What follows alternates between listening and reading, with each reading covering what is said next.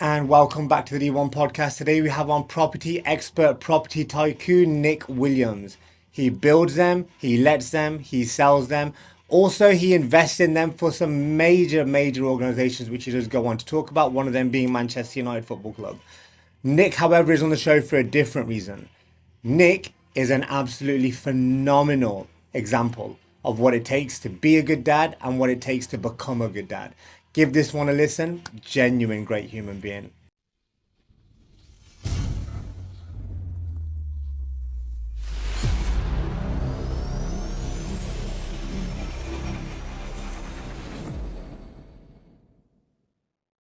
You know, whatever you portray normally is what you attract. Okay. I've got better people in my life because that's what I want. Whatever you portray is whatever you attract. Okay. And that is the best way to start the podcast. Nick, welcome to the D1 podcast. Thank you for having me. My guy, introduce yourself. I'm Nick Williams, local business owner. My family business has been trading now for 17, nearly 18 years. We specialise in property across the city. We've been award winning for many years now. But overall, I am a property guy. Property expert. Property expert, Yeah, has been told. Which has been said, which is, I've got you on for two reasons. One, which you don't know of yet, which is going to be good. And I'm hoping to make you cry. I am hoping to make you cry. I've had it told that I have to make you cry.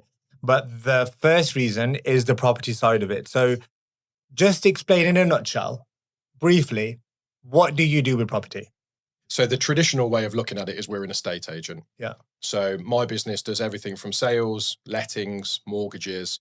The other side of what I do is we're property developers. Yeah. So we've built, 150 apartments across Coventry, Birmingham, Manchester in the last 4 years alone. Okay. How did you get into it?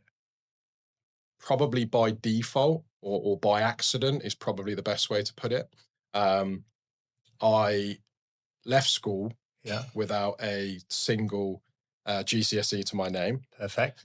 Every report card that I ever had from school was the same. And that was quite simply that Nick has all of the potential in the world, but chooses not to use it. And that followed me throughout. I mean, I didn't sit the GCSEs. I basically didn't turn up for them, which was a really it was a massive blow for my parents in particular, because my father is a teacher. My mum and dad came home from work. I'd have been 16 years old, probably almost 17. And my mum and dad said, quite simply, you're not living under this roof if you're not contributing. So you're going to go out and we're going to give you a week and you've got to find a job.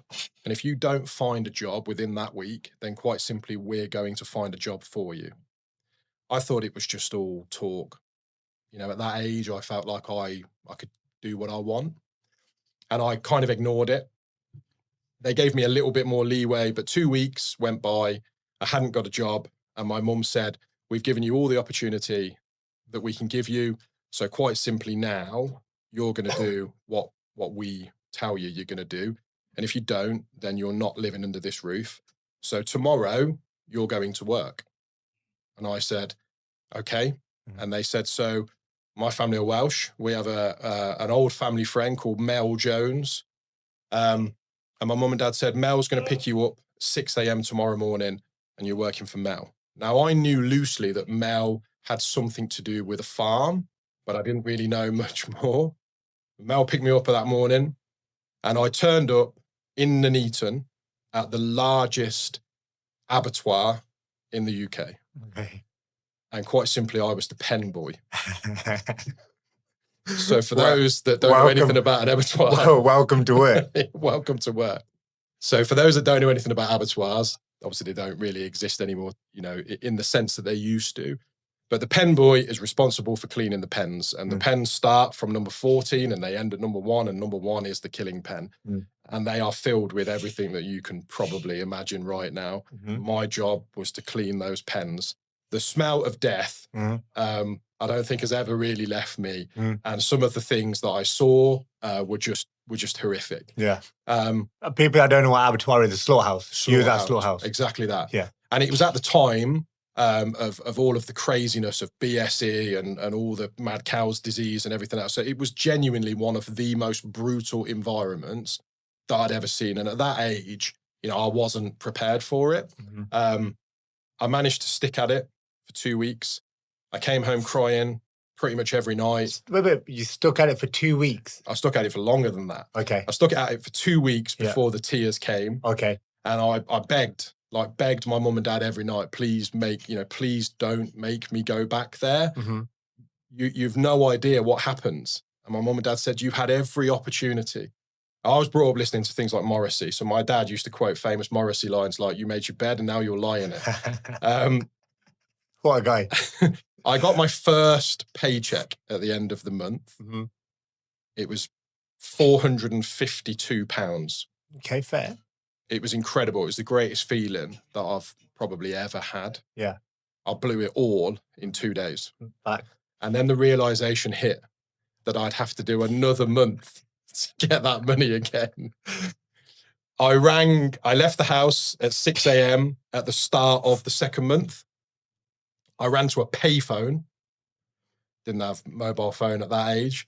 I ran to a payphone. I rang the ABP offices and I left them a message for mail to say I'd woken up, I was feeling really poorly and I wouldn't be in. I hid around the corner of my house where I lived. I waited for my mum and dad to go to work. I came back, went through the back door. Basically, I went upstairs into my dad's wardrobe and I stole or borrowed a shirt, a tie and some trousers. I got the bus into Coventry Town Centre and I walked into a traditional recruitment agency and I met a lady called Zoe at a company at the time, which I think was called Office Angels, but I met a lady and she said, what have you been doing? And I said, at the moment, I work in an abattoir. And she said, a what? And I said, an abattoir. And she said, where they kill animals? And I said, yes. And I really don't want to have to go back. And she said, how long have you been doing it for? And I said, I've been doing it for a month. Yeah. She said, if you can stick at that, you can do anything. She said, I have got a position and it's a quirky position. It's working for a lady called Jackie. She basically just needs an office junior. Jackie specializes in property, but in particular estate management and sort of commercial style property. I'd like you to meet her and I could probably get that set up for today. So I had to wait around for about 2 hours. I met Jackie in the Hilton Hotel in Walsgrave. And Jackie said, tell me a little bit about yourself. And I said, I've finished school. Do you have any qualifications? No, I didn't really sit the exams. Okay, what are you doing at the moment? And I told her the same thing. And she said, you've been doing that every day for 10 hours a day. And I said, yeah. She said, you've got the job. She said, anyone that can stick at what you've been doing, why do you want to do it?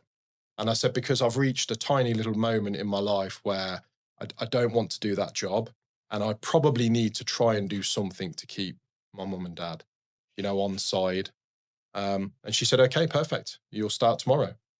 And I said, okay, wonderful. So I got the bus back home and my mum and dad were sat at the table waiting at about 4:30. And they said, where have you been? Yeah. And then my sort of dad went, and why are you wearing my shirt and tie? And I said, well, it's a really interesting story. And I told them and I said, look, ultimately, I had an opportunity or I took an opportunity to try and get myself out of it. And I know I should have done this 2 months ago. And I'm sorry I didn't, but I'm now going to do it. And I started working for Jackie, and Jackie was a consultant for a major property company. And that's how my sort of life in property started. And Jackie Isaac, still to this day, she is, arguably my greatest mentor. Without Jackie Isaac, I wouldn't be where I am today. Jackie sadly passed away 2 years ago, but she was my mentor. She taught me everything I know. And to get to where I am now, without the fact that I left school with no qualifications, no degree, no nothing, it was huge. But I think Jackie saw just something in me where she knew that, if I put my mind to something, I was the type of person that was always, I could always see it through. Wow. And it really started from there. That was ultimately where my property life started. I think if you ask my family, they have a really interesting story about me, which has followed me everywhere. I think my mum and dad always knew that there was a side to me that was more entrepreneurial than educational. Yeah. I didn't enjoy school Yeah. from an education point of view. I enjoyed it from a stage point of view. Social. I was the class clown. I Yeah. made everyone laugh. The teachers loved to hate me. I was the lovable rogue, etc. But there was always been a side of me that believed I could do something else. So the story that my family tell all the time was my mum and dad were at work. I was 14 years old. And when my mum came home from work, there was an NTL man installing NTL at our house. Yeah, cable. Yeah. And my mum said, do you mind if I ask what's going on? And the gentleman said, I'm installing your NTL, your cable TV. And my mum said, I haven't ordered NTL or cable TV. And they said, well, yeah, it's in the name of Nicholas Williams. Yeah. And my mum said, but he's 14. Yeah. And they said, well, that's not what it says here. I'm really sorry. We're just here to install it. There's nothing we can do. So my dad then came home and all hell broke loose. And he said, do you want to explain to me why you've had cable TV installed in your bedroom? You've lied about your age. What are you doing? And I said, it's really basic, Dad. I'm going to record porn late at night. Yeah. I'm going to download it Yeah. onto like CDs, DVDs, and I'm going to sell it at school. And my dad just Well, that's genius. It was genius. However, the problem was, Yeah. and I didn't read enough, but the problem was you couldn't record from NTL. Okay. So I had NTL in my bedroom for 12 months at about £12 a month. And I had about 500 blank CDs. But the thought process is genius. Yeah. Even if it didn't work out, the thought process is genius. Yeah. And I think from that moment, my mum and dad knew. Yeah. That, he probably was going to be a nightmare at school. Yeah. But he'd probably go on to do something. So how do you go from recording porn unsuccessfully to working for the second biggest football club in the United Kingdom? First one obviously being Arsenal. Wow, yeah, absolutely. Jackie was offered a consultancy role at Manchester United Football Club. And that was to become their overseas property, or their to oversee the whole of the property department on a consultancy basis. Manchester United weren't making the best decisions at that time in terms of their property portfolio, and they brought Jackie in as a facilities overseer. So she was responsible for certain things that were being done at Old Trafford. In particular, at that time, it was the introduction of the new quads. That was what took United up to the 76,000 seats that you obviously see today. And quite simply, Jackie sat me down and said, you're coming to Manchester with me. So I went off to Manchester. I've been with Jackie since I was, 16, 17 years old. And at 19, I moved from Coventry and I moved to Manchester. And I was Jackie's assistant. Jackie, the role originally was only meant to be for 8 months. And we stayed there. I stayed with Jackie, working for Jackie for 2 years. Okay. Jackie then made a decision that she had reached an age where she wanted to slow it all down. And at that time, Manchester United came to me and said, you're going to take Jackie's role. You're going to take it on a permanent basis. And at 21 years old, I became the youngest executive director at Manchester United Football Club. Amazing. I oversaw a budget of 108 million at that time. And a lot of people don't realise with football clubs, and times have changed, so you nowadays you couldn't sign a player and put him in a hotel just because of social media, and it'd be all over. Most people are aware that most football clubs have got a fairly substantial property portfolio. And if you sign a player, where do you put him? And when you're signing players like Ronaldo, and you've got to have places to put them. But football players are really, superstitious. So, as an example, one of the properties that we had at Manchester United Football Club, Ronaldo had lived in. We signed another player at that time. Ronaldo had moved into his own new place.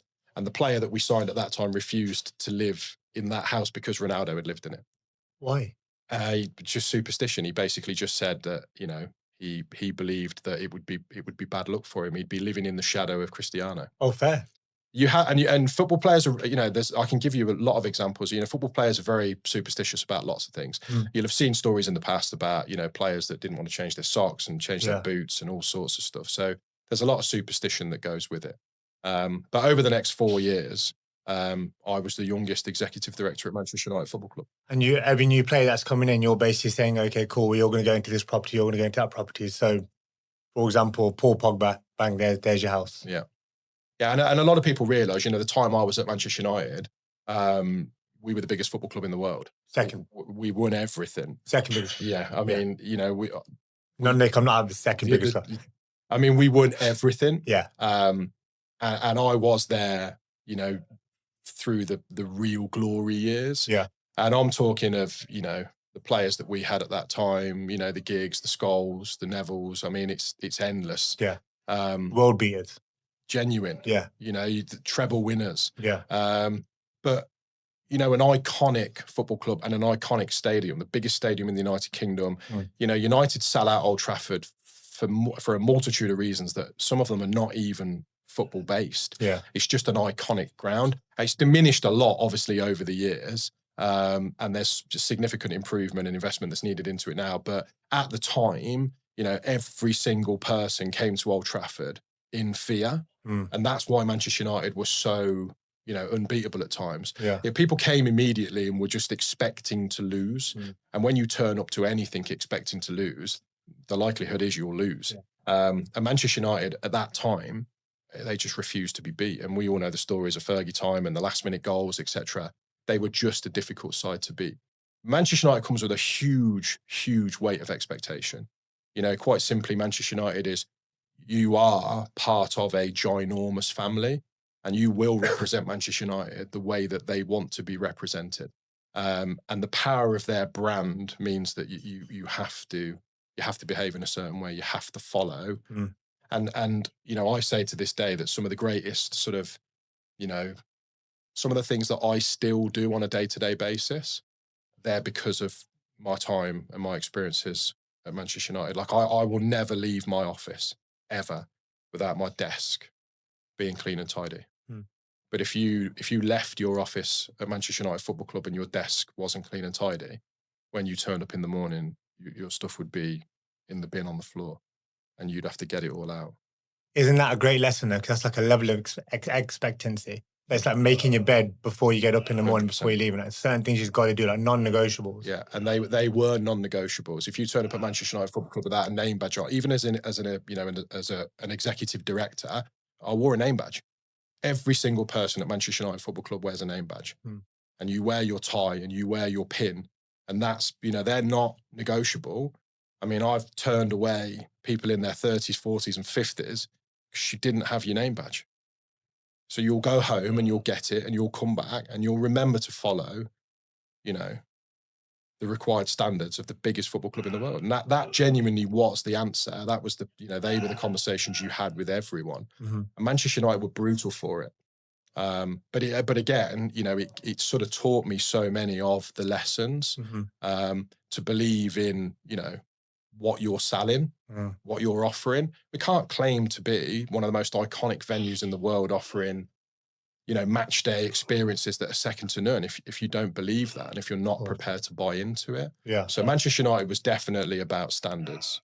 And obviously over the years, things changed. But at the time I was there, they were in the peak of their power. So how do you go from being in Manchester to being back in Coventry?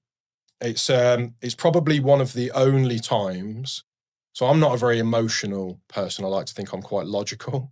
We had a really busy day. So when I moved to Manchester, I lived in an apartment block that was owned by Manchester United Football Club. They're called the NV buildings. Yeah. And at night time, they light up green. And at the time, it was meant to be green with envy. So there was always a bit of a play on some of the stuff that United had. I lived on Salford Quays. I overlooked Manchester United Football Club. So wherever I was, I saw that club. A lot of people don't know little bits like this. But at Manchester United Football Club, if you're an executive, if there's more than 20,000 people in the stadium, all executive directors must be in. And at the time, Wembley had been demolished. So the international games were being held there. Manchester United was still holding concerts, etc., etc. So I was at the club more than I was at home, but it was a Saturday game, early kickoff. And when in my apartment, we used to have the claps for the blinds and for the lights. Okay. And I lived The top floor, yeah. Yeah. And that was it. Blinds and lights and stuff would close or come on. And I left and I'd just forgotten to close the blinds. It was a blistering hot day. And about a month before, I'd treated myself to a fish tank that I saw on Big Brother, which Love was a fish called tank. a biorb. Yeah. And they, for anyone that doesn't know, they're the big fish tanks that magnify the fish. I know, yeah. It was my pride and joy. I had a plecky in there that I called Plexter. Multiple fish. It was my pride and joy. It was the one thing that gave me. I watched that more than I watched TV. Anyway, I left work, forgot to close it, and when I came home, because I'm on the top floor, because the sun, hits. When I came back, all the fish were dead. The water was green over the space of the 12 and a half hours that I hadn't been in. Like full sushi, but you wouldn't have wanted. I mean, it was, they were gone. Yeah. And I just completely and utterly broke down, burst into tears, rang my mum. Oh, my fish are dead. My mum said, "What are you talking about?" I was, "Oh, my fish. I can't do this anymore." And I said, like, I'm really homesick. I was earning a very generous amount of money at the time, but I was working so many hours, so many days. Manchester United's busy at the weekends. And quite simply, I didn't have the time to socialise. And at that age, I found myself in a really difficult world of not knowing what I wanted to be. And what I mean by that is, at the time, I didn't know whether I wanted to be the type of director that was feared, or whether I was going to be the type of director that was liked. Yeah. And it caught me straight in the middle. And I really didn't know, do I want people to fear me? Do I want people to like me? And I kind of lost my way for a little while. And at the time, I felt like I was leaning more towards being feared. Mm-hmm. But then in the back of my mind, I was going, well, I'm 21. Who's going to fear a 21-year-old, And I really struggled with it. And when I came home, the fish were all dead. I rang my mum and I said, look, I'm really struggling. I've got no friends and family around me. I'm 2.5 hours away from everyone. I can't come home because, I work most of the weekends. If I come home in the week, everyone's at work. Yeah. And I really struggled with it. And the Manchester life was incredible. There were so many things to do. It's an incredible city. But it's like everything in life. It's all good and well having all of that. But if you don't have anyone to do it with, then you struggle. And I felt very lonely. And it's the first time it had ever happened to me. And I just massively struggled with it. And less than 2 weeks later, I went in and I spoke to David Gill and Andy Anson. And I just said, I think it's time for me to go home. And they said, I think that's the biggest mistake you could make.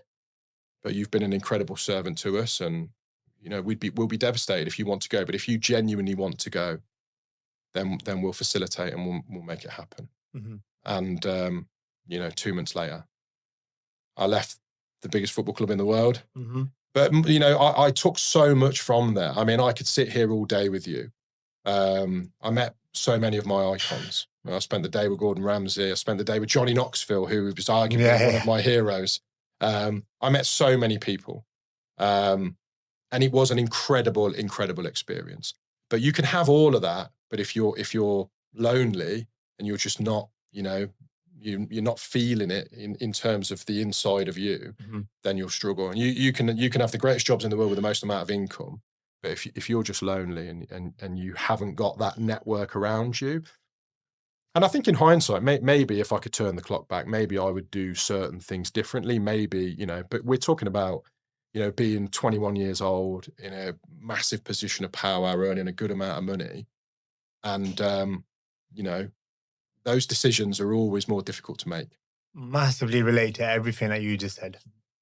It's hard, really hard, because you're very, very alone. Yeah. You're very alone. You're like you just said there, you got all that money, you got all that wealth around you, you've got everything around you, but you haven't got the people you want to share it with there. Yeah. So then you come back to Cov, and then we begin the next journey. Yeah, so when I came back to Coventry, I had sort of 2.5 months out. I did a little bit of consultancy work for a friend who does a lot of work for Silverstone. So I did some consultancy work based on the setup of the British Formula One and a few other bits and bobs. And then quite simply, I made a decision with a very close friend of mine, we'll open a property company. Yeah. We'll open a traditional estate agent. The problem is that we had this idea in 2008. Okay. And for those people that know anything about finance and everything else or property, that was the crash of the market, the fall of Lehman Brothers, the almost collapse of Northern Rock, the government bailouts. Yeah. I mean, there were property companies shutting every single day. Yeah. And we were sat there saying, Open up. we're going to open a property company.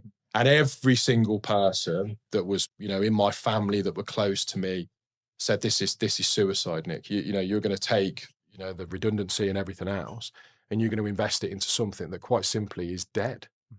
And I said, you are all looking at this the wrong way. While everyone else is disappearing, we'll be rising. Perspective. And we're set for this. We know where we're at. We're not trying to adapt. We know. So for us, this, most people know the one thing about the UK housing market is it's always been very resilient. Mm-hmm. So no matter what happens, it always finds a way back. And we said, look, we genuinely believe, it will bounce back. So we opened in 2008. Now, when we opened as a traditional letting agent. And I don't know whether it was by luck or just, probably a little bit of both, a little bit of luck and the fact that we kind of, we always believed it would happen. But in the space of 8 months, we went from 5 to 250 managed rental properties. Space of how long? 5 months? 5 months. Wow. But people were closing left, right and centre. And, when we set up, we were on the corner of Hersal Lane. We opened as Merrick Binch at the time. You have a colossal university in Warwick Uni and those students need somewhere to live. So the property was already there. And sadly, agencies were closing left, right and centre. And we came in and had just opened and we just collected so many properties. Now, the location for us was always key. It's on the bus route. It's close to the uni. But we went from strength to strength. And within, by 2010, we'd launched the sales side of the business. By 2012, we were the number one property company in Coventry by a country mile. Yeah. We were turning over more than 650, 700 grand a year. I love how you've just said that with chest. Every year. No, you've said that with chest. Go back and say that again. Say that again. You was the number one property company in Coventry by a country mile. By a country mile. Love that. And, and it's interesting because when that happens, you get a whole new set of problems. And at that time, the market was recovering and you had new people coming out. And, I'm friends with most of these people now, but, I remember a time of, being at war with the likes of John Payne and, and various other agents with them, threatening us and we're going to shut you down and all this type of crap. Yeah. And we genuinely believed that, as long as we keep doing what we're doing, we won't be touched. Yeah. But the key thing for me, and I genuinely believe people make this mistake, is that when we decided that we were going to do this, we never had a conversation about turnover or income. Yeah. The whole conversation was based on the simple fact that the industry overall was poor. And we genuinely believed that we could do something that was different to everyone else. And that we believed that we could raise the standards.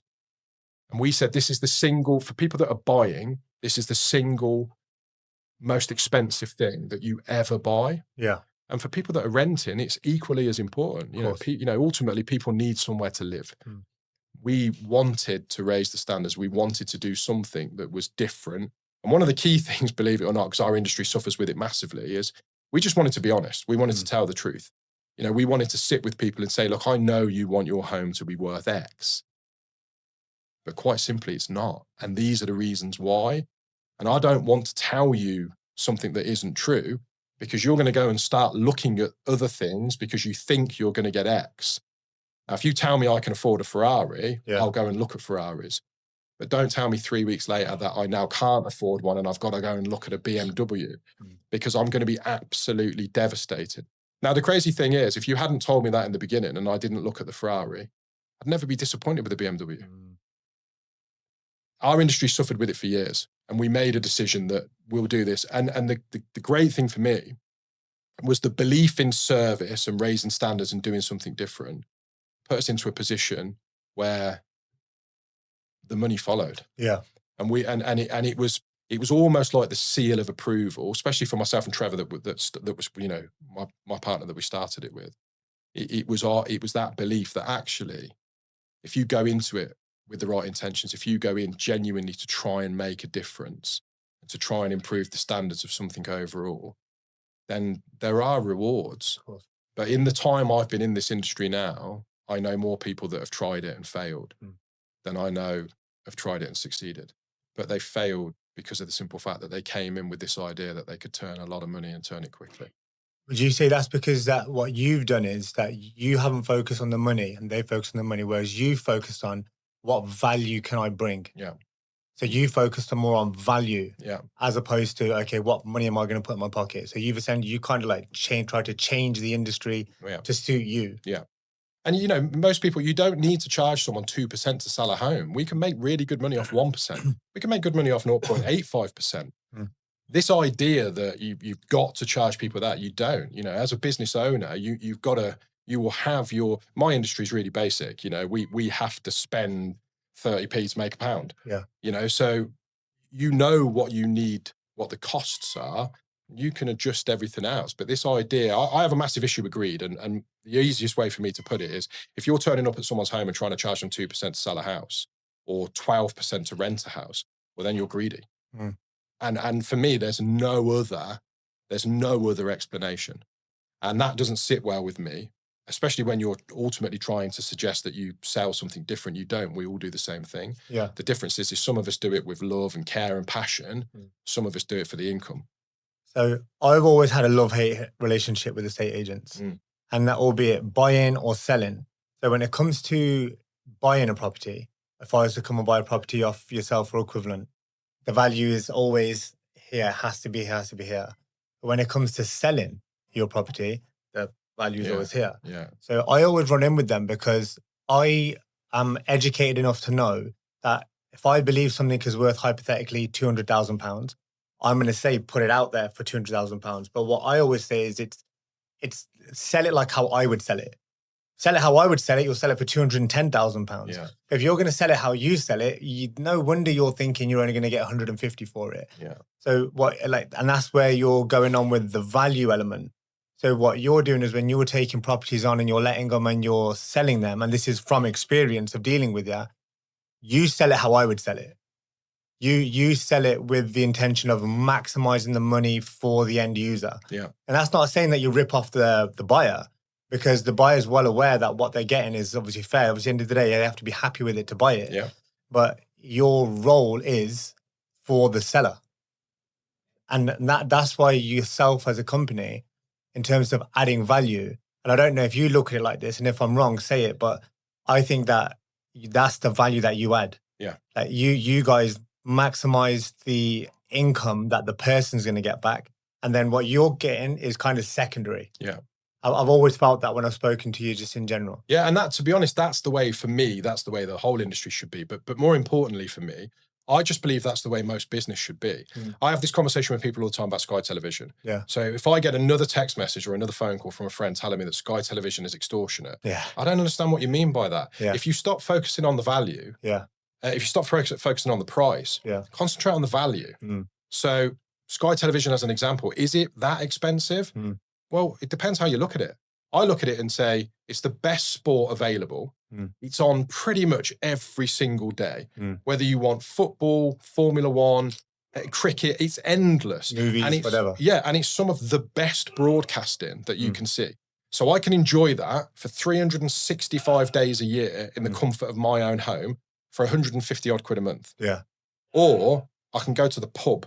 There you go. Once or twice a month, and probably spend double that. Triple. And not have everything else. So if you stop focusing on the fact that it's 150 quid a month and you focus more on what you're getting. Yeah. And as I've got a little bit older, everything that I do, in particular when it comes to money, everything is based on, well, what value for money? Yeah. And that's, that is ultimately the way I look at it. I have a friend that must have bought 20 pairs of Sainsbury's jeans over the last, the last 2 years. And he laughs at me all the time because I spend 100 and odd quid on a pair of diesel. But I Yeah. keep trying to explain to him that the pair of diesel jeans that you see me wearing, Yeah. I've had 10 years. Yeah. I know. For the amount of jeans that you bought from Sainsbury's, you could have had 3 pairs of diesel jeans. So stop focusing on the fact that they're 100 quid and the ones at Sainsbury's are only £20. Yeah. Focus more on the fact that my diesel jeans have been with me 10 years. Simple, yeah. No, mindset like that's different. Yeah. Mindset that's different. We're going to wrap this up quickly and then we're going to change it. But the business element of it, what's the best bit of advice you received when you was growing up? The best bit of advice probably came again from Jackie. And Jackie said that we live in a world where people will create what they consider to be limits. And there'll always be elements of the world where there are limits, but there are just countless people that just refuse to accept that they're there and that they can be pushed. The biggest tip that I'd give anyone is you just got to be brave. You know, I live in a world where I believe that you should take a risk, and anything that is worth having comes with a risk. I love that. It's, you know, this is why I love you. Honestly, this is why I love you. This is genuine why I love you. People say to me all the time that, you know, I'm punching with my wife. I think that's absolutely outrageous. My wife is very lucky to have me. You know, you're going to get beaten up for that. But I understand. Yeah. I understand that, you know, when I first approached my wife, I needed to be brave. She was a very attractive lady, and there were a lot of people that believed that she was out of my league. You have to show a little bit of bravery, and then look, you know, look where it's got us. Do you think that, and not just with women, do you think that bravery in life is kind of dead? I just think that people make an excuse. I think the world is, I think we found ourselves in a world where it's easier to make an excuse than it is to take a jump. Yeah. And I believe that we're in a position that we're in throughout most of society now because people are not prepared to take a risk or are not prepared to show enough bravery. But I also think that we live in a society now where we're quicker to moan than we are to praise. And I think that more people should focus on the positive stuff rather than the negative stuff. Yeah, perspective. And it is, I mean, for me, everything in this world is perspective. And I am the person that says, if you wake up every morning and say today is going to be a great day, you'll have more great days than you'll have negative ones. Yeah. But if you wake up every single day and tell yourself that today isn't going to be great, that's what you'll end with. Very true. What do you think is the biggest difference between success and failure? It's a great question. And I think a lot of people will have different answers. I think you have to look at what defines success. Now, in my younger years, and I was guilty of it, you know, in my younger years, I probably defined success by money, to a certain extent, possessions. As I've got a bit older, for me now, more than anything, if I take it back to property, in my personal opinion, one of the best ever estate agents to come out of Coventry was Brian Holt. Brian Holt don't exist anymore. People still talk about them. Yeah. And for me, you know, I want to be in a position of no matter what I do, when it's all over, people will still talk about it. Yeah. And for me, it's about longevity. It's about creating something that's just a little bit bigger than you. And I think the more companies that are around, the more businesses that are around that try to have something that lasts longer than them. I get you. For me, success will be that people talk about me or talk about my business in 20 years still in a positive manner. Yeah. And can we go another 17 years? Yeah. You know, for me, success more than anything is longevity. Longevity. If you had to give your younger self advice, what's that going to be? Oh, don't be so hard on yourself. And a lot of people will give you that one. You know, I lead my life by sort of 3 key fundamentals now. I massively believe in manifestation. I believe in it more than anything else. I genuinely believe that if I can dream it, if I can see it, then I can touch it. And if I can touch it, I can make it happen. Yeah.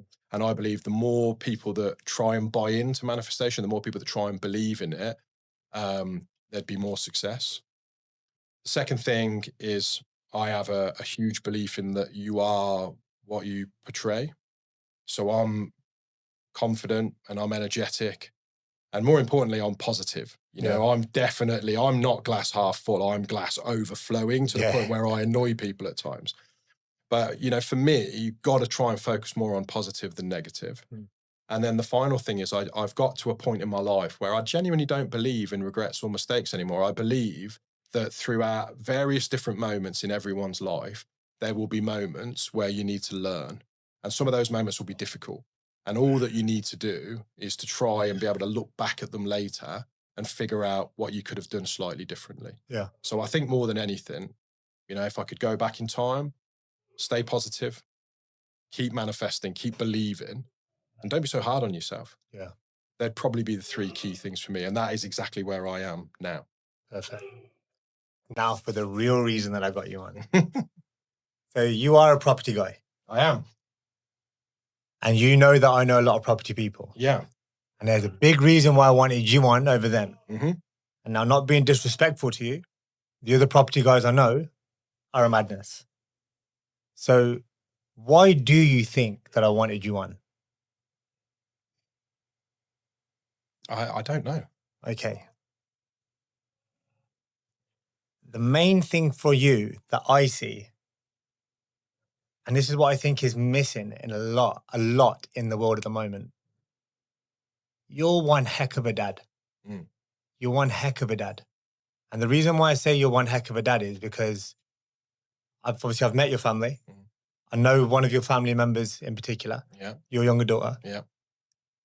And I always see the mark of a man is how good her daughter is. How good his daughter is, sorry. And she's 16. Yeah. But she's so polite. She's very well-mannered. Yeah. So well-mannered. She's bubbly as hell. She's had troubles, but she's overcome the troubles because dad had her back. And this is where I was saying I was going to make you cry. But for me, as a dad to a young daughter, I look at people like yourself and other people around me in the gym or in the environment that we're in. I think, okay, cool. What can I take from that person? Now, you're not older than me, are you? So you're 42. 42. So same age. I'm 43. But we're at different parts of our life in terms of parenting. And that's the main reason I wanted you on. So it wasn't about your success. You're a successful guy. You're a giving fucker. Mm. You are a very, very giving guy. Open-hearted. We train a lot as well. Yeah. You give absolute everything. But when I look at you, I don't look at you as Nick, the property guy. I look at you as Nick. Okay, cool. This is how Darcy is. Yeah. And when my daughter growing up is in that position, I'm in that same position, I want to look at, okay, cool, what would Nick do in that situation? So that's what I wanted you on for.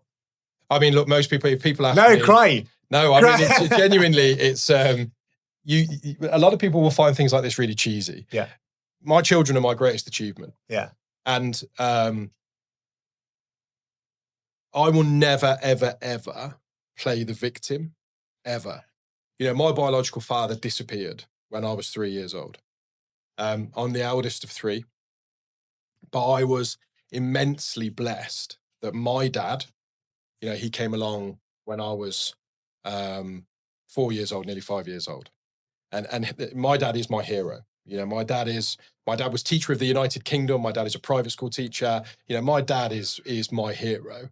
And all my childhood memories are of, my mum and my dad. And my dad, did all the normal things. He took me to football and, all the normal things that dad do. And my greatest role, is my role as a father. That's my job.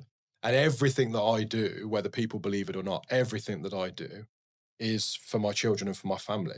So for the people that know me, my whole company is completely and utterly family owned and family run.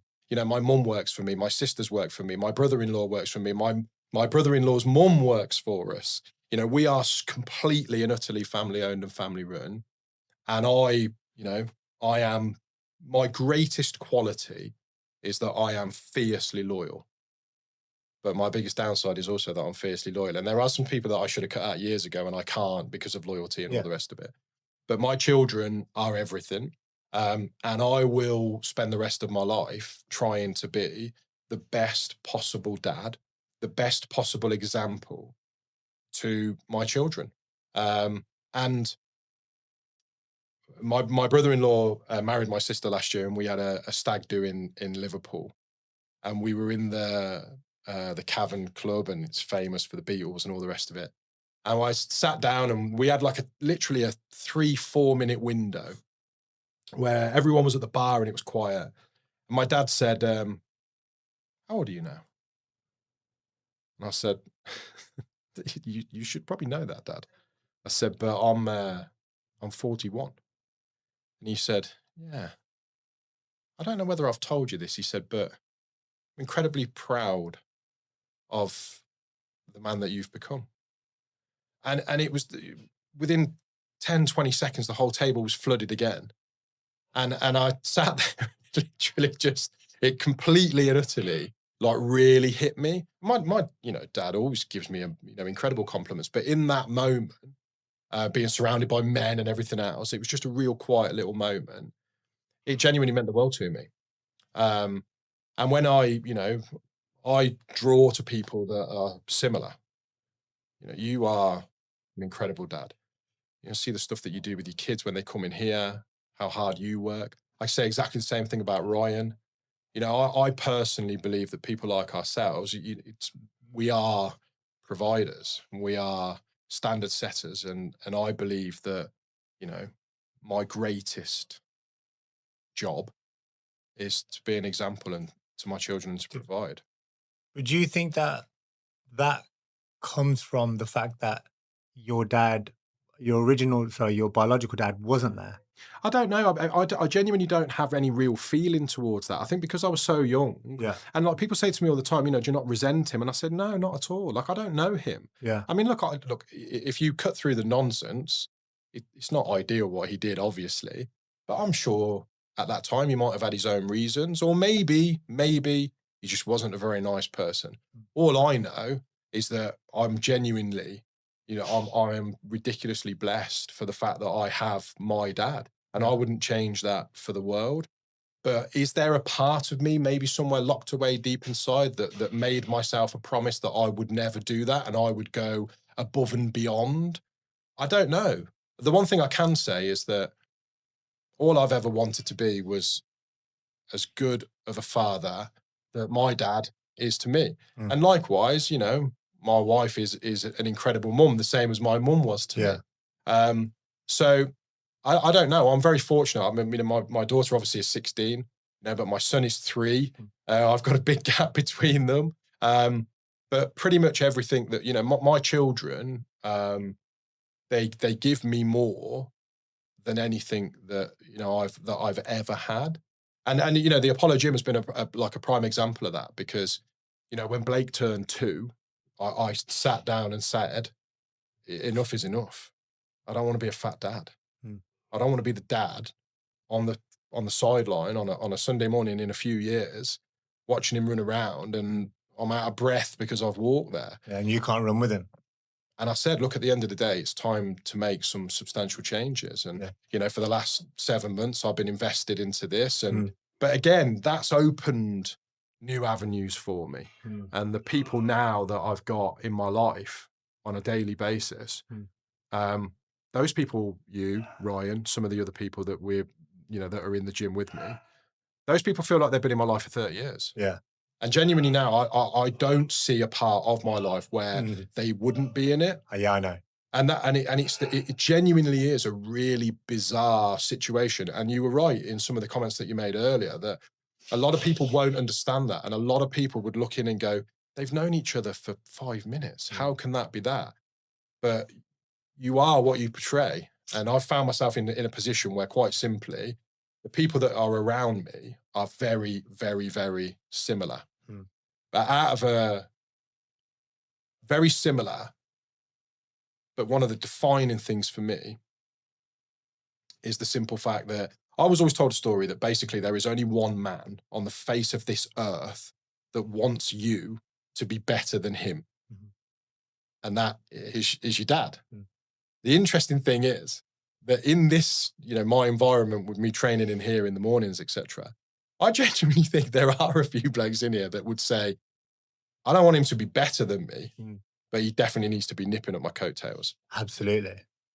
And that is so bizarre, because the majority don't want that. The majority of people don't want you near them. They want to be above you. That's the importance of circle. Oh, And we're drifting off where I was going to go with this with you, but that is the importance of circle. So obviously we do train together, and there's a big difference in what I can do and what you can do. Because yeah, obviously you're just starting the journey, yeah, I'm further into it. But why we come together is because exactly what you just said. When the bar is, you're under the bar in any form, on squats or whatever, and you can't lift it, you know, that's where the energy comes in. That's where the screaming comes in. That's where the yeah, shouting comes in. yeah, The encouragement comes in. So the importance of a circle, and that's why we are very careful about that circle and who we do go with. The importance of that circle is fundamental. Fundamental. A lot of people come in and get found out, but when your back is against a wall, it's your circle that gets you out of it. yeah, 100%. Back onto parenting, because honestly, I'm intrigued with you on the parenting. Was you scared to become a parent, by the way? I was terrified. Was you scared because you was in charge of a little person, or because you thought you weren't going to be good enough? No, it's exactly that. I genuinely. So myself and Jessica, we did the normal thing of when you have your first baby, and we bought a baby journal. Yeah. And the first page in the baby journal was an introduction to, you know, the baby, and we obviously still have all those journals now. And every now and then, you know, I do read back through the journal. And you know, the first letter that I ever wrote to Darcy was the fact that I was terrified that quite simply I wasn't going to be enough. Yeah. I was 26 years old, you know, when Darcy was born, and I genuinely, you know, I was terrified, and you know, throughout the whole pregnancy, I really enjoyed the pregnancy. You know, every scan, it was an Because adventure. you didn't need to do anything. No, exactly, yeah. So I enjoyed everything, but the closer and closer and closer that we got to the due date, the realization started to hit in, and I remember it's probably one of the most defining moments of my life that the night that Darcy was born. I left. They wouldn't allow me to obviously stay in the hospital, so I left at 11:30 at night. I walked down to the car park. I got in the car, and when I put the ticket in the barrier and pulled out, I sort of looked over my shoulder and I saw the car seat, and I had to stop in the car, pulled up on the side of the road for 10 minutes, and it was like this realization that at some point tomorrow morning, there's going to be a person in there, Yeah. and that's going to be my sole responsibility, Yeah. you know, with my wife. I don't know if I'm ready for it. Mm. And I genuinely still have moments now where I sit back and I kind of, I don't question whether there'll always be an element of me that looks back and says, is there anything else that I could do? But I am immensely proud. I mean, Darcy's different because she's 16 now, but I am immensely proud that she's confident. Yeah. Sometimes too confident. It's so good. And she's brave. Yeah. And, you know, all the things that I believe in, you know, Darcy is. And I've said on countless occasions, like, I pity the man that finally marries her, because she takes no grief.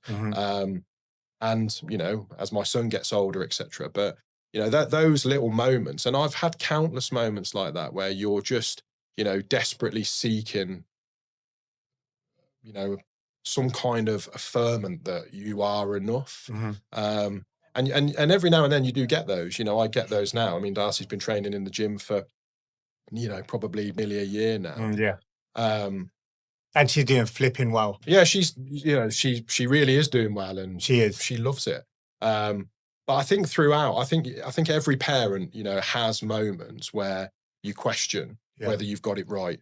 But I think that's important. I think it's important for everyone to try and sit down and say, have we got this right? And we're all, you know, and in particular nowadays, you know, the world has changed. You know, I make a joke about the simple fact that, you know, when I'm 42 years old, you're 43. You know, we didn't have camera phones. You know, there wasn't social media. We didn't need to worry on a Saturday morning if we did something on a Friday night. There was no evidence. Yeah. They live in a world now where, you know, we lived in a world where all we had to worry about was what time we were coming home for dinner. You know, they live in this world now where everything is at the touch of a finger. And quite simply, they worry about appearance. And I mean, God, it's a huge amount. I mean, we left, you know, I left the door at 7 o'clock some mornings with, you know, 2 completely different trainers on, and holes in your tops, and you didn't care. Like, it wasn't relevant. Whereas now there's just a whole new level of pressure. And you do, as a parent, you're sat there saying, should we be allowing them to have a mobile phone at this age? Should we be allowing them to have social media? And as parents, we've had to become a bit more tech savvy. Are we making sure that what they've got on their phones is acceptable? Yeah. So I think parenting dangerous world. 100%. And it has got harder. But I go back to the simple fact that I just think, you have to have I have a relationship with both my children that says that regardless of what happens in this world, this is your home. Yeah. And no matter what happens in this world, I will always be the one person that would do anything for you in any circumstance. And there is nothing that we can't face together. Yeah. And I've had that with Darcy since she was young. I've got that with Blake now at 3 years old. I think ultimately, if you can have that kind of relationship, and I've got that relationship with my parents, I've lived in multiple homes. As a matter of fact, where I live now is my 28th home, and I'm in property, so I can kind of be forgiven. But still, to this day, 26 out of the 28 homes that I've lived in, I got my mum's approval. Yeah. Yeah. My mum works for me. Yeah. Yeah. Still going to be mum, right? But it's one of those things. And weirdly, I don't necessarily seek dad's approval. Yeah. But with my mum in particular, yeah, viewed pretty much. When we moved to Spain for a while, and when we came home from Spain, my mum picked the house. Yeah. We never saw the house. Mothers and their sons is different, and fathers and the daughters. Definitely. Would you say you have a specific parenting style? People ask me this a lot, and I say all the time, I think I'm probably more firm than funny. Yeah. But I'm definitely, if there is such a thing, I'm definitely very loving when it comes to the kids. Yeah. And Darcy at 16, she's still forced. You will give me a hug. Yeah. You will sit on my lap. You will give me a kiss. Like that. That will not change. I don't care if you marry, Chris Bumstead or whatever. Like that's what we will do. Yeah. So I have got a firm relationship with the kids, but I've definitely got a very loving relationship. We have a rule in our house that no matter what happens, no one ever goes to bed without saying I love you or or giving me a kiss. And look, Darcy's at an age where she pushes boundaries. Of course. And she pushed boundaries last week, and she got told. Yeah. And she was a little upset. And she went to storm upstairs, and she was pulled back downstairs and said, "You'll give me a kiss before you depart the staircase." For me, those are fundamental things. But Darcy will have gone to bed and she might have hated me for all of 20 minutes. Yeah. But she'll wake up in the morning and realize that I still gave her a kiss. Absolutely. So I'm definitely more firm, but I'm definitely more loving. Proudest memory about being a dad? I've got countless ones. Darcy's so wild, I've got countless ones. I mean, Darcy sang in front of 48,000 people at the Genting Arena in Birmingham in the Young Voices Choir. She sang with Hugh Jackman and Tony Hadley. The amount that she talks, she's never told us this. Yeah. Girl doesn't stop talking and she's never told us that she sings. Yeah. She was a young ambassador for Coventry. And obviously, look, we moved to Spain for a little while, so it blows my mind still to this day that, Darcy's fluent in Spanish. And there will be times, we went away a couple of weeks ago back over to Spain, and she's having a full-blown conversation with someone, and I sit there going, it's just ridiculous. Yeah. So I have so many moments with Darcy. And as an example, Blake was at nursery yesterday, and we get the little updates on the app, and there was a golden moment where, Blake had said, this is my friend, to a little boy called Jack, and gave him a kiss on the cheek. Fair. So I'm very, very, very fortunate, very blessed with both my kids that they're both full of, I've got so many. I mean, Darcy, I could go on all day because she's 16, but there's so many memories. Darcy played in a football match, and she was, she won player of the match, and they called her the female Rio Ferdinand. It touched me massively. Yeah, she's like an adopted child now. Like me and Ryan, literally just, it's just funny. Yeah, she's Jim Dorton. Yeah, fact. Yeah. Fact. Anyone comes anywhere near her, says anything to her, it's just like, why are you talking to her? Yeah. And the amount of times I've even said to her, what are you talking to that person for? Like, and she'd be like, oh, she can just say hello. Like, no, don't say hello over there. Yeah. And I'm pretty confident she's going to punch me in the face one day. Yeah, 100%. But it's all good because I've got a good palm. Yeah. So I'll take it. Yeah. What lessons do you hope your children carry forward from you? I was brought up in a really basic world that you treat people as you expect to be treated. Yeah. And that is definitely something that I've pushed on to the, especially Darcy, but also Blake at this time. And my children are both fully aware that if you want something, you've got to go after it and you've got to make it happen. Yeah. So if I was probably going to pin it down to two things, I would say that both my children will understand that in life you have to be brave. And then I think more than anything, it will be the fact that you treat people as you expect to be treated. And it doesn't matter where you're from or what your circumstances are or anything, you treat people as you expect to be treated. And don't get me wrong, there are circumstances when that change. If you treat someone well and they don't treat you well, then you cut them out. Yeah. But on the whole, I've spent my whole life, if you treat people as you expect to be treated, you never go far wrong. Mm-hmm. Advice to someone that's becoming a dad, that's doubting themselves. The interesting thing with this is I feel like there's just this tiny little moment or this tiny little switch where you become a dad and all of a sudden these things, these feelings, they just come into you. It's almost like a natural thing. I think the advice that I would give anyone that's becoming a dad is probably to just enjoy every single moment and accept that there'll be moments when you have to be firm and there'll be moments when you really enjoy it and there'll be moments where it's challenging. But for me, the greatest adventure that I've had full stop throughout my whole life has been being a dad. Yeah. It is a full adventure every single day. Yeah. I spend half my life looking at a tracker on my phone now to find out where my daughter is. When I'm home, I spend half my life stopping my 3-year-old from throwing himself off stairs and wardrobes and cupboards and anything else he can climb on. It's an adventure. Yeah. And I think, the more, if you can just accept that this is a massive adventure and you're in for the ride and that's just the way it is. Yeah. I just think if you do that, you won't go far wrong. I think it's the biggest blessing a person can have. It's my greatest achievement, genuinely. Yeah. It's absolutely hilarious. There's not a single day that you'll see your kids and one, you won't feel fulfilled, and two, they won't make you laugh or they won't make you cry, or it's a absolute roller coaster of a ride. But like you touched on a second ago, if you can just get it into them that no matter what happened in that day, whether you're punching me in the face, whether you're spilling drinks on me, or whether you're screaming at me, or whether you're absolutely loving me, just don't end the day without that hug. No, definitely not. I think that's I'm glad you said it, because I try and do that as well. And as much, although my daughter is 9, my son, best hugger. Like literally, he's just like, "Come here, Dad. Like I've got you now." Yeah. She didn't give you a good hug and kiss, but I'm gonna do it.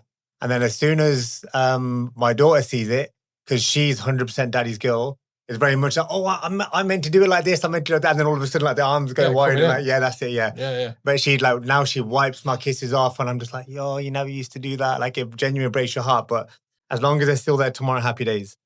Final question for you. If you could say something to your dad now, knowing what you know about being a dad, being a working husband as well, what would it be?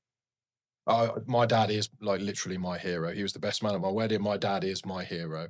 And I genuinely believe that the man I am today is largely down to my upbringing. And that obviously, goes into my dad. Yeah. My dad is the type of dad that I have aspired to be. So my dad was firm when he needed to be firm. But there's never been a day where, I've always had my dad's love. And genuinely, even down to the abattoir and stuff, everything that my dad has ever done has been in my best interest. And sometimes it doesn't feel like that. And sometimes you don't see that. But with time and everything else, you come to realize that your dad and your mom are the only people, really on the face of the earth that they want nothing but happiness for you. And to the point where they sacrifice their own just for you. And for me, that's just something that it's impossible to try and have that conversation with anyone. Like you try and put into words like how much you love your children. And you can say things like, "I die for me kids," and all that type of stuff. But the harsh reality of it is it's so undeniable you can't really put it into words. You know, my dad is everything that I've ever wanted to be. And still at 42 years old, I still spend half my life trying to win my dad's approval. I've had my dad's approval since I was a kid, but I still spend half my life trying to win his approval. I mean, my dad literally thinks he's an absolute fashion icon. And weirdly, I still find myself sending pictures of tops and shoes and trainers and stuff like that to my dad saying, what do you think? And my dad will reply back like, not for you, son. Yeah. You know, I got size 12 feet. So every now and then my dad will just send me a picture of like Ronald McDonald's shoe and say, not for you, son. So, I just think it's just undeniable.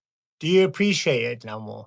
You know, now you being a dad, you being a working dad, do you appreciate more now what he did for you? Yeah. So the interesting thing, and this is one of the, you know, we were council estate kids. You know, we grew up in Little Heath, in Coventry. You know, and then we moved to Wyken a little bit later. But my mum had 2 or 3 jobs, cleaning. My mum worked in the Radford Road laundrette, and my dad was a window cleaner.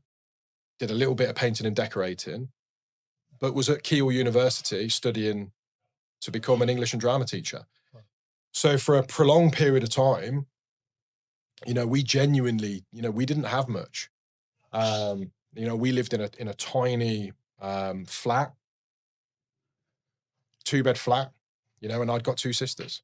You know, so there was bed, sofa and all that type of stuff. And there's a running joke with my family that I slept in the boiler room.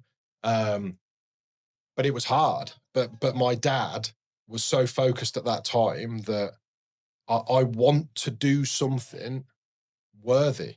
Yeah. You know, so my dad drove. My dad went to Keele University for the first 2 years and then he finished at Warwick. But my dad was leaving Coventry and driving to Keele University every single day. The cost of the fuel alone. Hour and 20 minutes. Yeah, every single day. Purely because he wanted something more. And, you know, when my dad graduated and he got his first post as a teacher was when my mum and dad took advantage of the Coventry City Council right to buy. They bought their council house. And then that house was sold later. And then we moved into Wyken. And my dad, you know, mum and my dad have spent, you know, years trying to, in their opinion, you know, take us to something better. Whereas the interesting thing for me is when I look back, you know, genuinely, some of the best times of my life were growing up in what was considered to be a council estate area. I loved it. I wouldn't change it for the world. It was incredible. I mean, I am streetwise. I genuinely, you won't get that if you weren't brought up on a council estate. I mean, we were, you know, we left the door at 7 a.m. in the morning and we came home at 8 o'clock at night ready for tea. And we built dens and peg guns and, you know, swung in trees and, you know, played in rivers and jumped in canals and all the crazy stuff that you did, you know, during that era. You know, I genuinely believe at our sort of age, we were the last of the kids that just went out. Yeah. You know, we didn't, you know, I mean, I had a computer. It was a Amiga 500. Commodore 64. Yeah, I used to love that. Do you know what I mean? Yeah. Whereas, like, you know, now my cousin had that. I used to go around and play. I used to love it. Yeah. But they weren't, you know, you would never sit on a Commodore 64 for like days on an end. Yeah. You know, and I have a running joke. It'd take a day for the game to load, probably. Yeah, exactly. Yeah. But I have a running joke with, you know, 2 or 3 of my really close friends, and you know, I'll knock the door, and we have a running joke that I'll call for you. Yeah. You know, and that's what we did when we were little. Your friends would call for you. I really hope that's something that kids do start doing again. And I know it's a different world, and you can't kind of necessarily do it, but the come around my house and play, or it just doesn't exist. Yeah, exactly. And I think, you know, when I was growing up, you know, you'd go around your friends' houses and play. Your mum and dad would make, you know, your friend's mum and dad would make you dinner. Yeah. You know, I don't eat cheese under any circumstances. Yeah. Like if I eat cheese, I die. Yeah. And I remember being 15 years old and one of my closest friends at school, his mum had made macaroni cheese. Yeah, I literally forced myself, threw up all the way home. But again, I hope that those things come back. I hope that people take advantage of building dens and climbing trees and all the stuff that we used to do. Yeah. I genuinely think that those things are what, you know, can define childhoods. Right. Honestly. An absolute honor. Yeah, my pleasure. I hope that I honestly can become half the man and half the dad that you are. You're already there. No, I genuinely mean it. You're so giving. You're such a good parent. You're such a good person. No one's perfect. I'm sure if I was to show someone a picture of your bench press, they'd be absolutely annihilating you. Yeah, absolutely. But as an individual, you're a role model. Thank you. And that's why that was the main reason that I wanted you on. It was the only reason I wanted you on. I know you have a history in property, or I know you have a future in property as well, sorry. And I know you're known for that. But everyone's got different sides to them. Yeah. And you, when it comes to parenting, in my eyes, absolute role model. Thank you. My bro, I absolutely love you. Thank you for coming on, my bro. Take care. You bastard, you didn't cry.